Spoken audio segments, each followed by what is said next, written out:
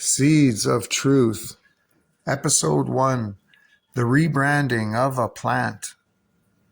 For thousands of years, cannabis and hemp were central to human civilization. They were not mere plants, but critical resources for medicine, nutrition, textiles, paper, fuel, and construction. In early America, some colonies forced households and farmers to cultivate hemp, which powered domestic economies, provided food products, and produced fibers for rope, sails, and clothing. By the 19th century, cannabis was recognized in medical references as a standard therapy. Its ubiquity and versatility made it a challenge for emerging industries seeking control over raw materials and profits. At the start of the 20th century, a powerful convergence of industrial interests reshaped American society.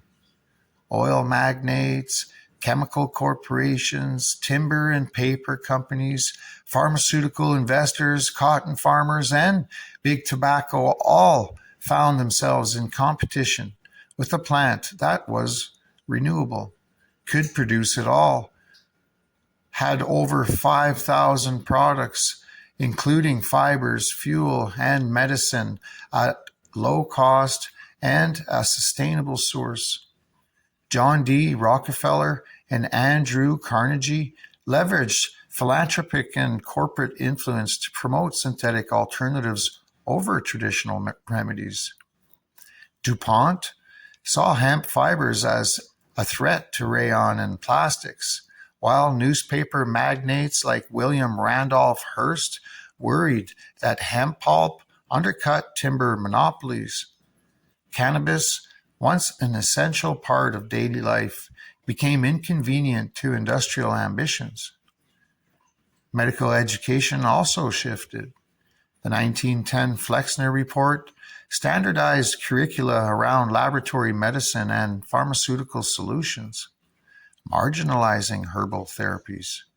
Schools teaching botanical medicine were closed, and physicians were incentivized to rely on patented drugs. In this new environment, a plant with thousands of applications, low cost, renewable, and difficult to monopolize, was increasingly framed as obsolete and dangerous. Federal policy codified this transformation. In 1930, Harry Anslinger became the first commissioner of the Federal Bureau of Narcotics, supported by elite connections, including Andrew Mellon. He spearheaded a nationwide campaign portraying marijuana as a menace. This narrative often exploited racial prejudices and sensationalist media, cementing public fear. In 1937, the Marijuana Tax Act imposed punitive taxes and regulations that effectively ended legal hemp cultivation and medical use, criminalizing farmers, physicians, and patients. The distinction between hemp and marijuana was rarely understood, creating widespread confusion. The consequences were immediate and enduring. Industrial alternatives flourished, public misinformation spread, and scientific inquiry stalled. Research into cannabis, pharmacology, and the endocannabinoid system, a regulatory network later recognized as essential to human health, was restricted for decades. Communities, particularly marginalized ones, were disproportionately affected by arrest, incarceration, and economic displacement.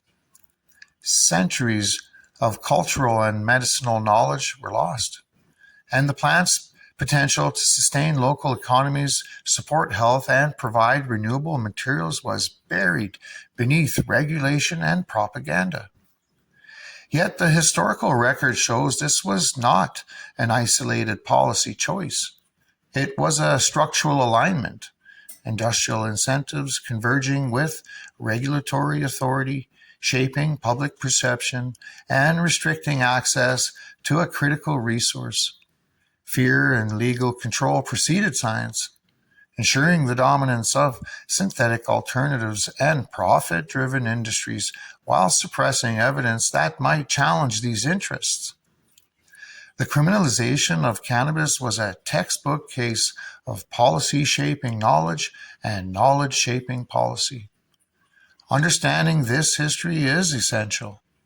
It reveals that the story of cannabis prohibition is not merely about a plant, but about power, economics, and the social construction of risk. Before legislation, there was narrative. Before prohibition, there was perception engineered to favor certain industries. This foundation allows us to see subsequent events. The Controlled Substances Act, the International Single Convention, and ongoing regulatory restrictions, not as accidents, but as extensions of a century-long alignment between economic incentives and legal authority.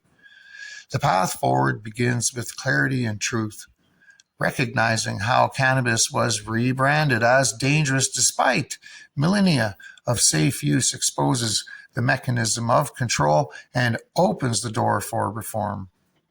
By studying the history, we can untangle fear from fact, policy from propaganda, and perception from biology. Cannabis was never inherently threatening. The real challenge was its ability to provide autonomy, resilience, and sustainable alternatives to centralized industrial control. The first step in reclaiming both the plant and its potential is understanding how it was systematically recast in the public mind. A lesson in narrative, power, and the enduring consequences of engineered perception.